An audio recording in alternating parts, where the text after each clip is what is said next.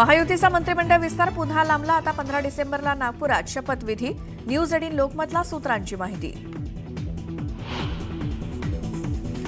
एकनाथ शिंदेंनी घेतली मुख्यमंत्री देवेंद्र फडणवीसांची भेट. मंत्रिमंडळ विस्ताराबाबत दोन्ही नेत्यांमध्ये सकारात्मक चर्चा. बीडच्या वडवणीमध्ये आज बंदची हाक. धनंजय मुंडेंचे निकटवर्तीय वाल्मिक कराडांवर खोटा गुन्हा दाखल केल्याचा निषेध. राज्यामध्ये थंडीचा कडाका वाढला. कोकण, विदर्भ आणि मराठवाड्यात तापमानात घट. नंदुरबारच्या सारंगखेड्यात आजपासून घोडे बाजाराला सुरुवात. 1500हून अधिक घोडे बाजारात दाखल. कोट्यवधींची उलाढाल होणार. राज्यात आज दत्त जयंतीचा उत्साह. दत्त जयंती निमित्तानं दत्त मंदिरात विविध कार्यक्रमांचं आयोजन.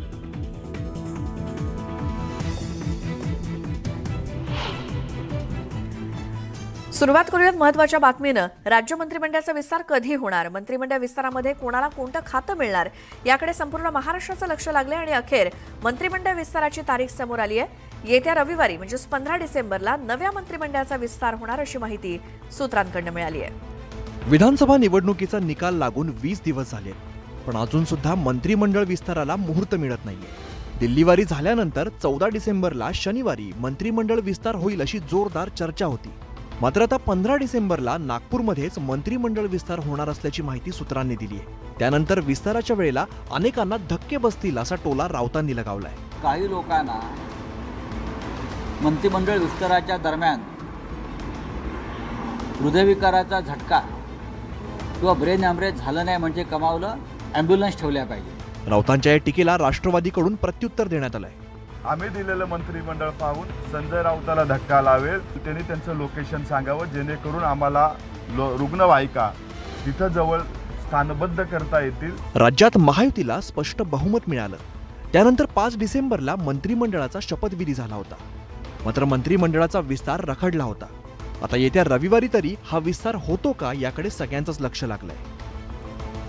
तर येत्या रविवारी म्हणजेच उद्या महायुती सरकारचा मंत्रिमंडळ विस्तार होणार आहे. खरं तर मुख्यमंत्री आणि दोन्ही उपमुख्यमंत्र्यांच्या शपथविधीनंतर सगळ्यांच्या नजरा या मंत्रिमंडळ विस्ताराकडे लागल्या आहेत. एकनाथ शिंदेंच्या नेतृत्वातील शिवसेनेतील अनेक इच्छुकांनी मंत्रिपदासाठी देव पाण्यात ठेवलेत आणि एकाच वेळी सर्वांना मंत्रिपदाची संधी देणं शक्य होणार नाही. यावर उपमुख्यमंत्री शिंदेंनी 2.5 वर्षांच्या मंत्रिपदाचा फॉर्म्युला पुढे केलाय.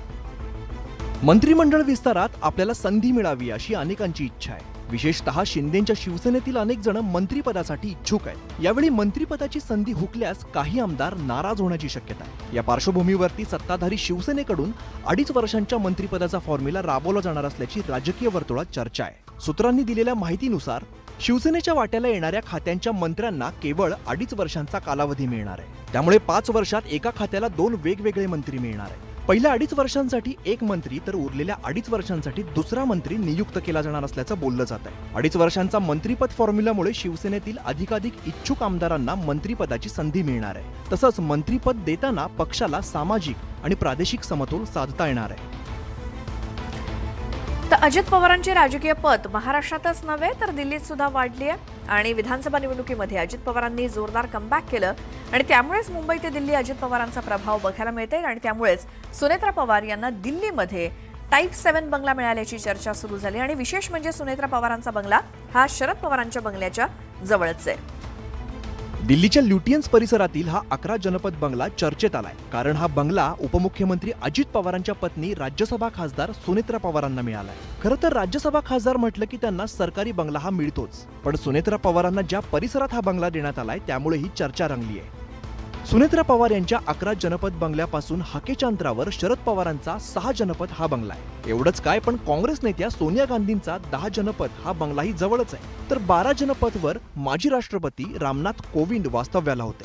तसंच भाजपाचे राष्ट्रीय अध्यक्ष JP नड्डा यांचा 7B जनपद बंगलाही याच परिसरात आहे.